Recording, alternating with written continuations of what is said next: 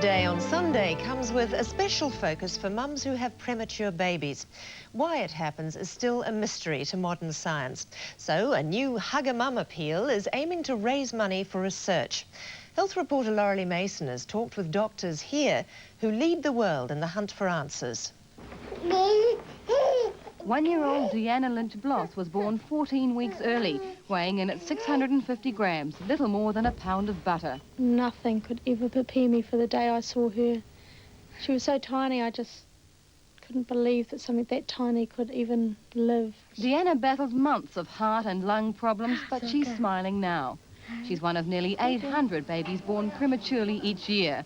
These days, prem babies have an excellent chance of survival, but doctors still don't know why they arrive so early. To prevent it, you must be able to predict it. We have no reliable way of predicting that a particular pregnancy will end up in a preterm birth. Prevention of preterm birth is also more cost-effective. It costs $1,250 a day to keep a baby in a special unit like this, and for an average of 20 days per stay, that's a total of $25,000. And if you multiply that by 750 babies born preterm every year in New Zealand, that's a grand total of $20 million. The Hug a Mum appeal is raising funds to try to find out what causes premature birth. Professor Liggins and his team at Auckland's National Women's Hospital lead the world in this kind of research, and they're working on one potentially promising answer. We discovered a new protein which seems to possibly have the potential that a single blood test early in pregnancy will tell you that this pregnancy may end up with a preterm birth. That's too late for Deanna, but she's one of the lucky ones. Just look at her now, and I mean, she's just so perfect. She's gorgeous. Laurie Mason, One Network News. Whee! What a cutie. Yes, indeed. Well, Karen's here now with some good news for the skiers among you. Yes, it looks like the start to the ski season is just a couple of weeks away. Snowmaking has begun at two fields in the South Island, Coronet Peak and Mount Hutt. These scenic shots were taken at Coronet Peak today as another snowmaker was airlifted into position. Conditions over the last couple of days have been ideal for snowmaking. Low humidity with temperatures below 2 degrees. Should be a good season. Other highlights today, Kaitaia was the warmest place with 21. It was very windy this afternoon in Gore with gusts of up to 90 k's, and Taupo started the day on an icy -3 degrees, but they eventually reached 13. 16s were recorded from Whangarei down to Tauranga. Gisborne had 14. In the central group, Kapiti reached 13, 14 or 15 for everyone else. Further south, Greymouth peaked on 14, but the warmest places were Oamaru, Dunedin and Invercargill on 18. To the satellite now, and the North Island was bright and clear due to a ridge containing cold, dry air bulging out from a high in the mid-Tasman. Area of frontal cloud, though, is lying close to the northeastern coastline. Cloud over the South Island is mostly middle and high cloud, associated with the remnants of a front that's sliding away to the southeast. Well, tomorrow, a broad area of high pressure extends from the North Tasman all the way across the North Island and well away to the east. So it looks like another good day for the North Island, but frosty though. Further south, a vigorous westerly flow races across the Southern Ocean and it will blast the lower South Island as well. That westerly flow will tilt a little more northwest as this front here heads into the Tasman. To the North Island, it'll be another fine morning, just a few areas of cloud for the Manawatu and Wellington, and it will be frosty south of Hamilton. Breezy northerlies for Wellington, light winds everywhere else. And a great afternoon. A good opportunity to get the lawns mowed and the garden in order. A brisk northerly will keep the windsurfers and yachties happy in Wellington. To the South Island, it'll be cloudy in the west with some patchy rain for Fiordland. Mostly fine in the east with varying amounts of high cloud. The northwesterlies will be strong in the south and lighter elsewhere. Well, the rain continues in the southwest in the afternoon. All other places stay dry, but the high cloud will thicken. The northwesterlies will be strong to gale force in the south and gusty further north. City side, a fine day for Auckland and for the Bonanza Garage Sale at Highland Park Kindergarten in Howick. A chilly overnight low of 3 in Hamilton, warms to 17 tomorrow under bright sunny skies. Morning cloud evaporates in Wellington. The afternoon's looking good with a high of 16. Christchurch gets some high cloud and a light northeaster. No sign of any rain though. And a gusty westerly for Dunedin with increasing high cloud. Humidity will be around 50%. Back up the top, a great day for the northern towns. Clear skies and light winds. Plenty of sunshine for the centre north as well, but another chilly night for Taupō. Some morning cloud for Palmerston North and Levin. Masterton drops to 1 degree tonight. Highs between 15 and 18 for the mainland, and that cloud increases in Invercargill. Looking ahead to Sunday, there'll be some rain for the west and south of the South Island. Mostly fine everywhere else. Some rain or showers for most places on Monday, although Gisborne stays dry. Well, the sun's out for events on our community calendar tomorrow, so if you're looking for something to do, you may want to check out one of these. Karen, thank you. Now, one more tonight is about a Christchurch craftsman who's keeping alive a skill that dates back more than 2,000 years. Knifesmith Chris Pennington has won international acclaim for his painstaking work. From a small garage on the outskirts of Christchurch, Chris forges hundreds of layers of Damascus steel into a single blade. I've been making knives for about 10 years, but I started making a knife, my own knives, because really I couldn't find a good knife to take with me fishing. 90% of the work in a bladesmith's shop is done with a hammer, whether or not it's a mechanical hammer or a hand hammer. It's part of the sweat and the toil that makes it interesting. There's quite a lot of mental agility has to go into swinging a hammer as well, because you have to know exactly what you're doing with it.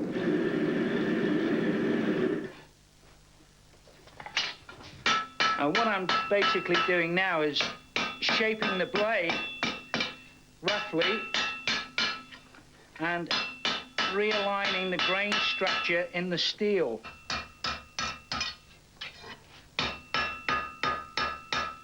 Gives a lot finer edge to the finished knife,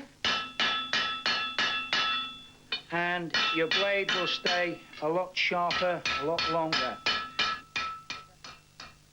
It's the steel what makes the knife. And this particular knife here comprises of 300 layers of this particular steel.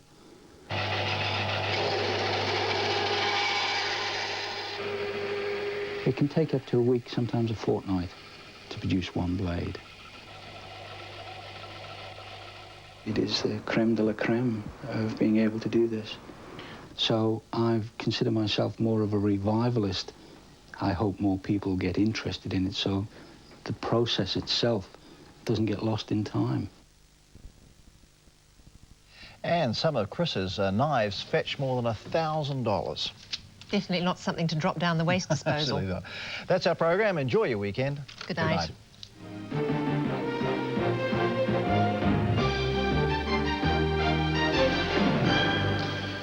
Well, tonight, was Mr Choi treated correctly? There is outrage around the country today. Don McKinnon and Mr Choi's lawyer will be live. Also tonight, the Christchurch Fountain, a celebration of life or another travesty. And romances in the air down at the supermarket. My funny Valentine, sweet comic Valentine. Yeah, I've seen a gorgeous guy at some stage and thought, oh, okay.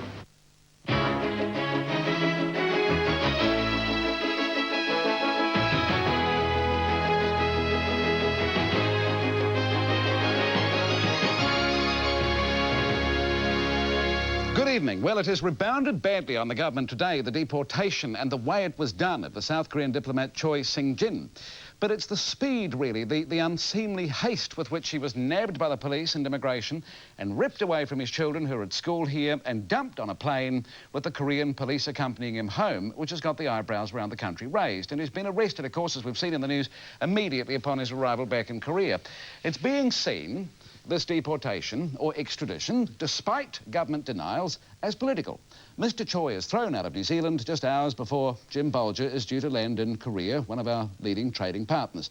Roger Chambers, Mr Choi's lawyer, excuse me, has spoken of the man begging on his knees not to be sent back. With me from Orewa is the Foreign Minister and Acting Prime Minister Don McKinnon, and Roger Chambers is with me in the studio in Auckland. Mr McKinnon, this man was entitled to a judicial review after the Appeals Authority turned him down. Why didn't he get one? No, he went through the process as we know it of applying for refugee status. That was turned down. He then appealed under that refugee status, and that was turned down yesterday. And at that point, he effectively became an overstayer in the country. Not uncommon, and not uncommon for the police to pick him up and send him on his way. Acting Prime Minister, I have to take issue with you there. According to a news release today from the New Zealand Immigration Service, they point out the refugee status, point 3 of their release. If the claim is denied, that is to say the claim to the Refugee Status Appeal Authority, which is the authority you're talking about, he may seek a judicial review through the courts. He wasn't given time to do so. No, that is wrong. His lawyer, Mr. Chambers, had a fair idea this result would come out probably 3 or 4 days ago. He may not have known what the result was going to be, but he certainly had up to 5 hours in which to file for judicial review. All right, Roger Chambers. File a writ for habeas corpus. Don McKinnon says you had plenty of time for it to lodge an appeal, to lodge papers for a judicial review. That is rubbish. I was given a matter of a couple of hours in which to attend to that sort of thing. I had some 20 minutes with the man before he was whisked off out of the country. It was totally impossible to explain a document, prepare a review situation, get it lodged to save his soul. But why couldn't you have gone down to the High Court? Why couldn't you have gone to the High Court and said, I need a stay? I just don't have the facilities to go through this in the hours available. I have not time to talk to this man. Why couldn't you? You try and get a judge at 4 or 4:30 on a Friday or on any afternoon, it's virtually impossible, and I think the Crown Solicitor at the time understood that. We had discussions about that possibility. It was not done. So in your view, no doubt about it, an injustice done? Definitely. How long did he have with his children? They spent a good deal of the day with him following his arrest. As far as I understand, they were certainly in the watch house when I arrived around about 4 o'clock. They upset? Very, very upset. How are they today? I haven't had the opportunity of speaking to them today, but I don't think the condition has changed at all. How are they set up? I mean, do they have any money? Who's caring for them? They're both at high school. At the moment, they're being looked after by school and a church group. They've got no money whatsoever. Neither did their father. See, look, the Koreans are saying today, and indeed went out of their way, I think, to make a point today in Korea, the Koreans are saying he's going to be treated well. Why should we doubt that? The human rights record of the Republic of Korea is appalling. There are amnesty reports of injustices and maltreatment that go back decades.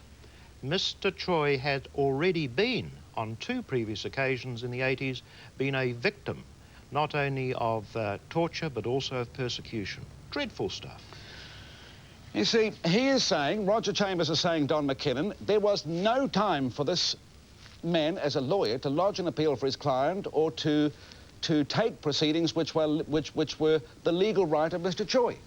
Well, look, me and Mr. Chambers having an argument here now is not going to resolve anything. I definitely stand by my statement. There was time. Mr. Chambers knew when this hearing paper would be released. If he really wanted to be prepared for a judicial review, he could have had it off the word processor into the court or a writ of habeas corpus, and it could have been stopped. Now, the question is now, will Mr. Choi be treated adequately since he has got back to Korea? We've had a commitment already from the President of Korea, Mr. Kim Young-sam. One, he is on charges of fraud. They're not capital charges. They could carry a term of imprisonment if he's found guilty, and certainly there will be just, public and fair hearings. Nevertheless, the speed at which things went, Mr. McKinnon, make it hard not to resist the belief that you threw him to the wolves in order to ingratiate yourselves with the Korean government, as Helen Clark says today, just a few hours before Jim Bolger arrives in the arms of one of our leading trading partners. No, Paul. Look, if we had effectively pushed him out of the country in July last year, you could make that allegation. This has taken some 10 months to get through the process, and there have been many kind people looking after Mr. Choi in the process, but it has gone through a careful New Zealand judicial process which has not been questioned. When that process is concluded, it is up to the police whether they move immediately or wait a week, or wait 3 weeks, or wait 10 minutes. Mr. Chambers unable to hear you in the studio tonight, which is a little bit disappointing, but he's saying it went through the full, careful New Zealand judicial process. It went through part of the New Zealand judicial process. The only part was the Refugee Status Appeals Authority. Any doubt in your mind it was political? The decision of the Appeals Authority was not political. Preceding that decision and yesterday's events are political, and I will not be deflected from that. What do his children want to do? Stay here. I gather Mr. McKinnon has indicated there appears to be no difficulty in that. We shall see what the Immigration Service has to say when their student visa comes up for renewal. Is that a commitment, Mr. McKinnon, that the children will be able to stay? We're obviously going to look at that, and we're quite prepared to look at it positively, and I'll be talking to the Minister of Immigration about it. Yes, they're in a school on the North Shore. Obviously, if they want to stay here, we'd have to look at that quite positively given the circumstances. Normally, as children of diplomats, they are not entitled to stay here once the parent goes home. Now, we do have children of diplomats who do appreciate the education system here, do in fact want to stay after their parents have gone, and sometimes they are permitted to so do. I thank you very much indeed for your time, Don McKinnon, the Acting Prime Minister. And thank you, Roger Chambers. Indeed, and I'm very sorry you couldn't hear the Minister, but I think you made your points very effectively. Now, still to come on the programme, it is creating deep rifts. Is it gaudy? Is it an eyesore? Is it beautiful? Is it indeed a celebration of a city's Baroque treasure? Have they painted it funny? The great fountain debate from Christchurch is next.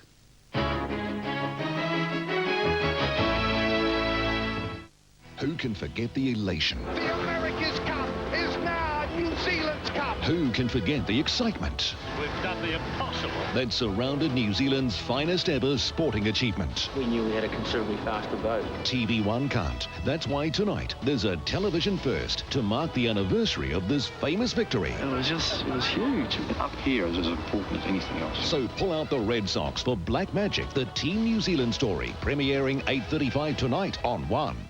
If the DNA in this blood matches, we've got it. The Chief wants the results first thing. All right, you're with me. Canteen's closing. All right. That evidence was just here. Anyone moving? Most powders have no enzymes. Some have one. But only Dry Power Scoop has 2 different enzymes to shift the toughest stains. Oh. Not a trace. Dry double-action enzymes. Drive out stains. Placemaker's May catalogue is loaded with ideas for the great indoors, from home heating to the proverbial kitchen sink. Everything that opens and shuts. Like this Cowrie entrance door, knocked down by $50 to just $2.99. Dulux mold shield or wash and wear paint. Buy 4 litres and get a litre of Sally's sugar soap free. And, new from Ryobi, this 10mm chuck cordless drill, only $89.95. Placemaker's May catalogue, so packed in fact, it may not fit in your letterbox. Great indoor ideas out now from Placemakers. It isn't easy coming on TV and doing this, but I'm doing it because I did something else that wasn't so easy either. I got a job. I used every excuse in the world to try and avoid the interview. I haven't got a CV, the hours don't suit, I can't travel that far. But I'm so pleased I finally did it. You might not get the first job, but that's not your fault. Pick yourself up and go for another one. Honest, it's worth it.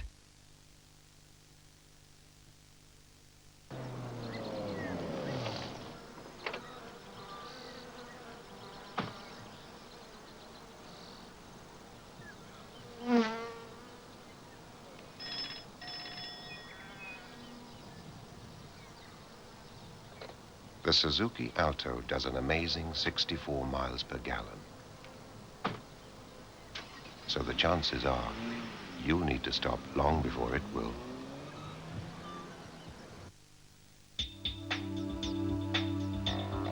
You'll taste some of the world's best food and wine. You'll enjoy a multitude of festivals. And from $655, you can shop till you drop in Melbourne. Price includes return airfare, 3 nights accommodation and a host of bonus offers. To book, call United Travel on 0800 730 830. You'll love every piece of Victoria, Australia. Grotesque, immoral, disgusting. Well, this is how some Christchurch residents describe what's been erected in the Botanic Gardens. Others love calling it a celebration of exuberance, is the kind of language they use about this particular thing. It's a fountain, really, a restored Edwardian masterpiece costing $70,000 so far. Now, one local architect wants it unbolted and repainted. You know what Christchurch architects can be like when they, you know, think that beauty is being compromised? He says it's a complete dismissal of the city, of the Garden City's heritage, says this architect. Joe Malcolm with the fountain Furore.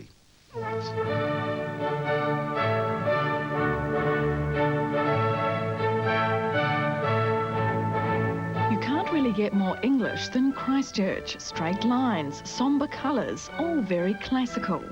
That's until the fountain came. The colour? Disgusting. You don't like it? Nasty. What do you think of the colour? Too gaudy. It's too gaudy for such a beautiful park. The fountain was first erected in 1910 as a, quote, marvel of Edwardian Baroque architecture. It was dismantled in 1949, left to decay, until architect George Lucking formed a group to restore it. They put it back together, and they brightened up the colour. Now, some people are a bit surprised when they come across it. I mean, I've heard it described as grotesque, the colour. Oh, well, I think that's an overstatement. I admit that every time I come in here, I get a mild but pleasant surprise. It's not what one would normally expect. But I think that people should perhaps be a little bit more honest and say, well, it's not what they thought, and they need time to reconsider. Well, some might need a little more time than others. It's just a matter of style and taste. New Zealand doesn't comprehend that just around here is something unique in the world. Architect Peter Bevan is spearheading the criticism. He says George Lucking and his team have got it horribly, awfully wrong. When you think of the glorious change of colour in Christchurch, in this one particular botanic garden, to put this up front here, now we have to sit and watch. What do we watch? We watch an agony. Look at these, it's a spectacle. Can't you making a spectacle of bad taste? Did you expect criticism? Oh, as I say, you couldn't get out of bed in Christchurch without somebody criticising. You know, it's inevitable. This stands out and makes a statement, and it's supposed to be a celebration. It's supposed to be a statement. George reckons most of the feedback he's had has been positive. Oh, I think it's very nice. Yes. You like it? Yes, yeah, Eastern looking. It's hard to know where all the water's going to come out of. I guess the ducks. They're dolphins. Oh, they're dolphins. I approve of bright colours. I think we need cheering up. Do you think Christchurch is a bit dull? I do in places, yes. The city's not dull, it's classic, argues Peter Bevan. He says keep the fountain, it's our heritage, but... First is to unbolt it. Paint it dark green and put it back where it should be, subtly at the end of the archery door, playing a little nursery tune of happiness, you know? For kids to sort of want ducks to be pleased, grandmothers to watch, to do no more than be a small, secret, modest entertainment, which it always was. People will get used to it. After a few years. Oh, well, it takes some people a while to adjust. Well, I think it looks wonderful myself. Children will enjoy it, won't they? It's still not the Cuba Mall fountain, no matter what they do to it. Work is still continuing on the fountain. It's going to be recommissioned officially on May 26.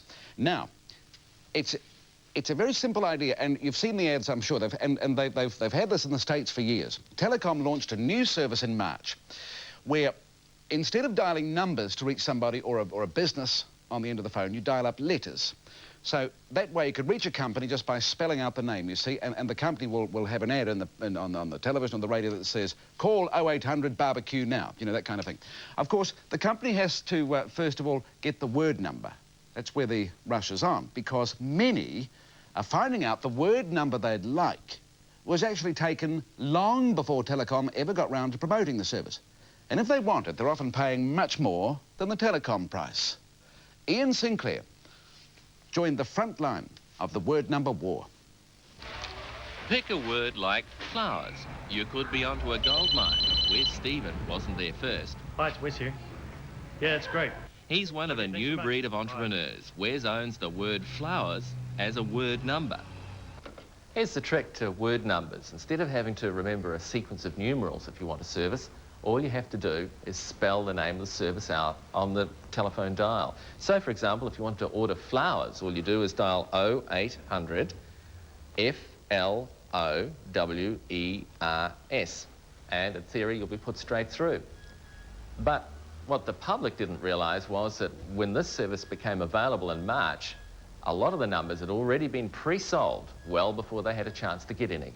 Wes says Telecom rejected his proposal to run the scheme like personalised plates so they could all be auctioned off publicly from the start. In the best interests of the public, it was, in all fairness, they would all find out about it at the same time. It would be easily advertised that this is a service becoming available. So Wes decided to book 0800 flowers as a number anyway. Then he went on to book 0800 252767, which spells alarms. That's when he discovered competition, big competition. Good afternoon, Telword 0800, Linda speaking. Another company called Telword 0800 was already well down the line. So how extensive is your range? Well, try us on a few, Ian. Cinema. It's in there? Yes, that's an available number. In fact, Telword says it has already booked nearly 2,000 word numbers, some with clear communications, but the majority was Telecom. So Telecom have introduced new 0800 word numbers, like these. They make 0800 phone numbers as easy to remember as words. By the time Telecom launched this promotion, Telword had block booked hundreds of words with Telecom, months before the phone company even offered the service to the public. So companies are discovering that if they want their own names on the dial, many have to hire them from Telword. Okay. Cadbury's. Yeah, that number's already been connected to Cadbury, New Zealand. What about Big Mac? Yes, that's an available number. So you own just about everything. There are a million 0800 numbers, so not quite. That's left Wes Stephen asking how come Telecom allowed Telword to snap up all those numbers first? Some individuals were in the line before the general public even knew the line was there. Telecom says when Telword made its booking, it simply booked them as numbers, not words. 0800 numbers have always been able to be reserved by our customers. When customers do reserve an 0800 number, they reserve it as a number rather than as a word or a combination of words and numbers. So our customers have always had that ability prior to the launch of the Word Numbers campaign. Though Telword says it did tell Telecom it wanted word numbers. Were you clear with Telecom right from the outset that you were into word numbers? Oh, absolutely, yes. So they were quite clear on that. How long ago did you tell them that you were buying up word numbers? Probably in May '95. Telecom says Telword wasn't the only company to exercise its right to book 0800 numbers. Some of our customers have been more proactive at taking advantage of that opportunity than others. So there are some customers who have had word numbers reserved for the best part of 12 to 18 months. Word numbers it'll be huge. Within 2 years, customers won't look up a directory if they want to move house or buy a pizza. They'll just pick up their telephone and tap in the numbers and see who answers. So it'll be, in a sense, a goldmine for them and for you. Correct. But it's also a business where those who run second may well find their clients already engaged. Oh, yes. Still to come on the programme tonight, the magazines, the modern magazines are telling us it's the 90s place to find a soulmate. Better for you, apparently, than the singles bars. You're more likely to find somebody you're seeking desperately. So we go looking for love in a couple of minutes.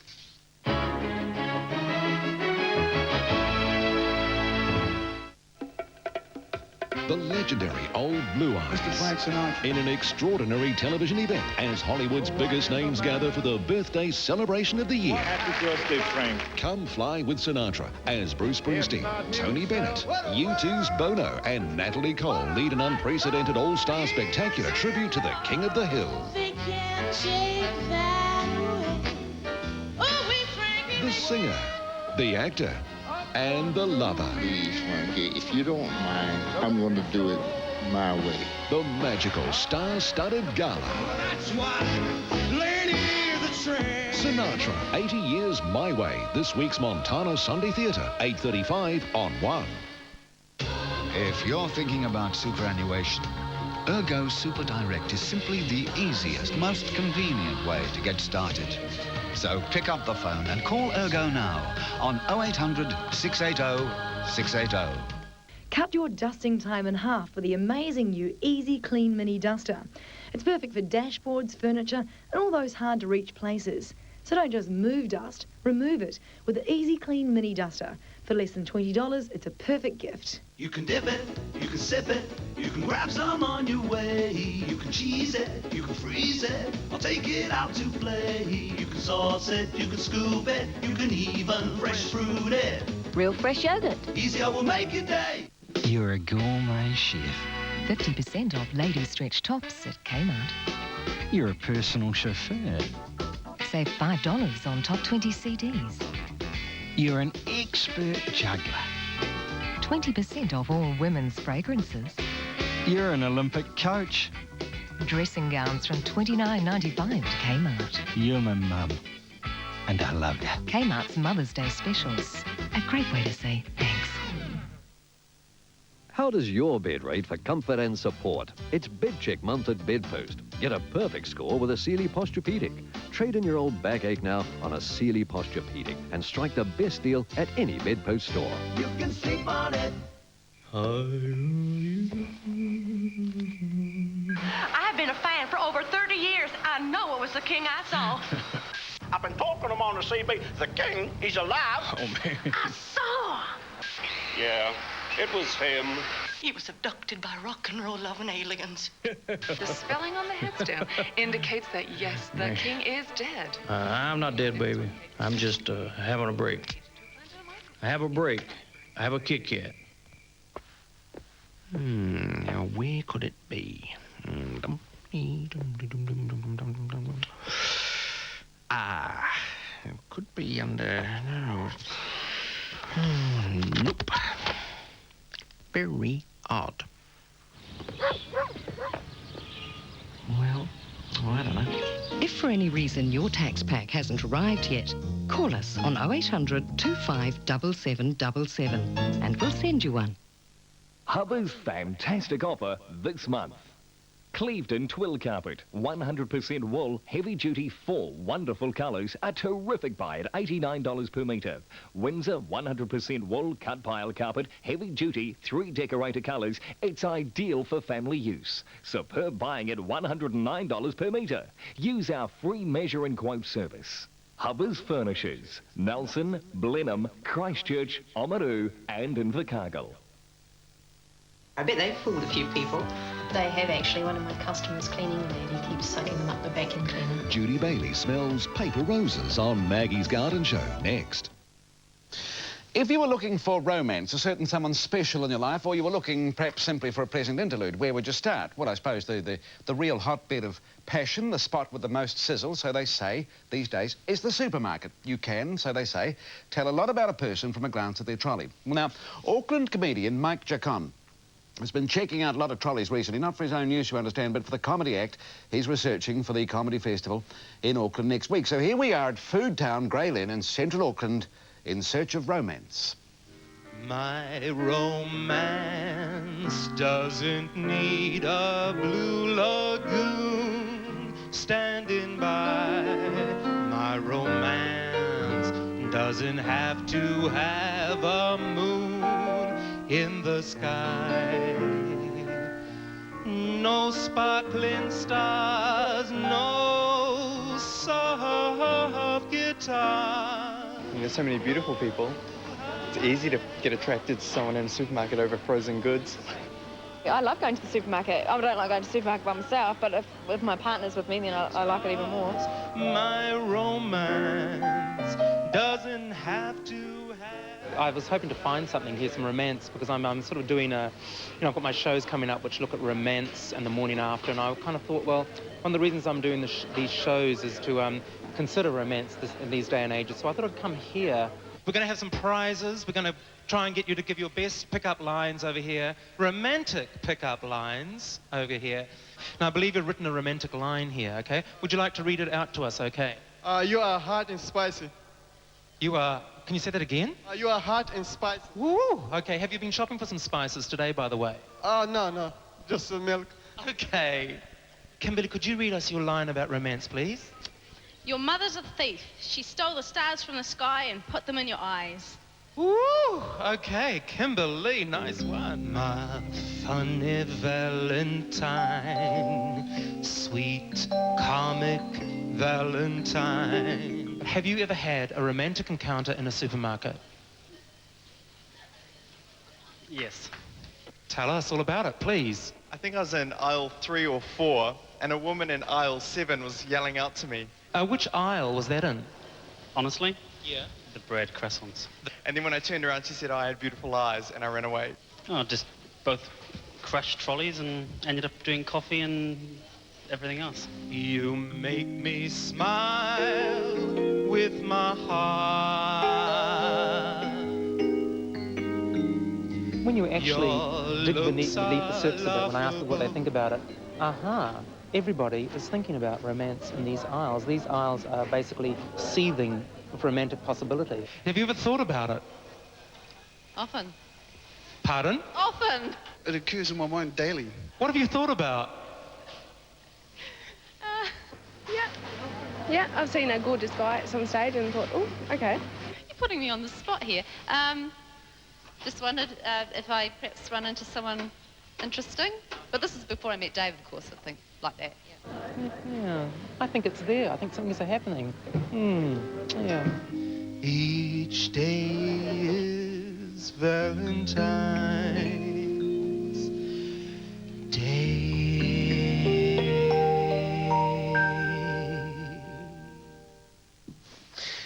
Well, now, on the subject of romance, as we head into the weekend, Wellington's most eligible bachelor, Simon Robertson, the community constable at Cannons Creek. The phone's been running hot about Simon, shy as he says his mum calls him. You know the story, of course. Simon hasn't been able to get a date to share his prize of being named Wellington's most eligible bachelor, which has won him a weekend for 2 in a flash pub. Well, I understand today things started looking up. Simon's sent flowers to one particular person. There has been a meeting over coffee. Dinner might not be out of the question. So who is she, I hear you ask?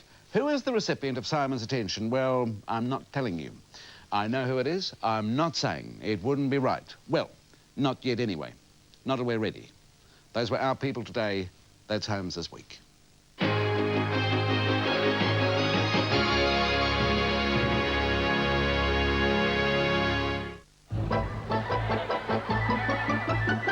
ASB Bank, the bank that supports community groups throughout New Zealand, brings you the One Network News Update.